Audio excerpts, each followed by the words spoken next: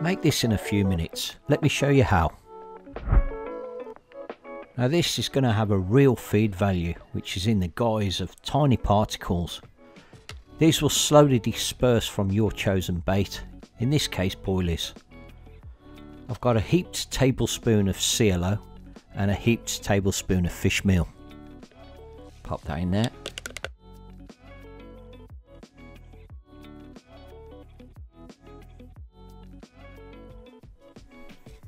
Now this liquid is glycerol, sometimes known as glycerin.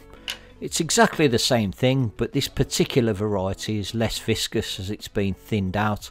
It's also not PVA friendly, but if you purchase pure glycerol, it'll be more viscous than this and it will be PVA friendly.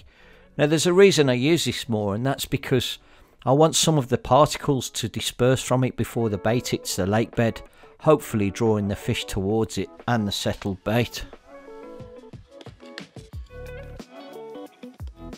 The colouring's optional. I'll use it for this small batch. Half a teaspoon is ample. Now you can blend this if you'd prefer a more traditional shop brought glug, and you'll find it'll also thicken up. I guess experimentation is the key, but I'd highly recommend you keeping a log of your ingredients and the measurements for when you hit on your preferred glug and the one that works best for you in terms of catch rate.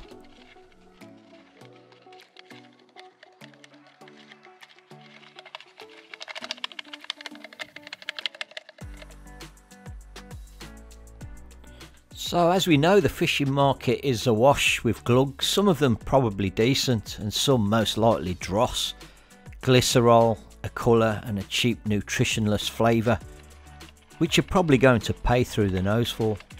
So why don't you take the time out to make your own with a real twist. A twist that will give you an edge, and with very good reason. After all, this glug is a real food source with good nutritional value.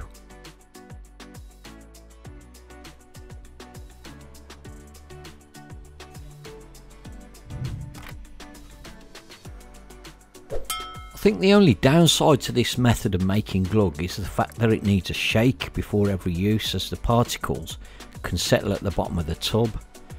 You'll also find that some of the Niger seeds will float to the surface.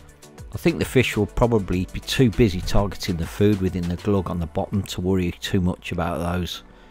If this doesn't fill you with confidence, you can always swap out the CLO for a heavy ingredient such as tiger nut or peanut meal.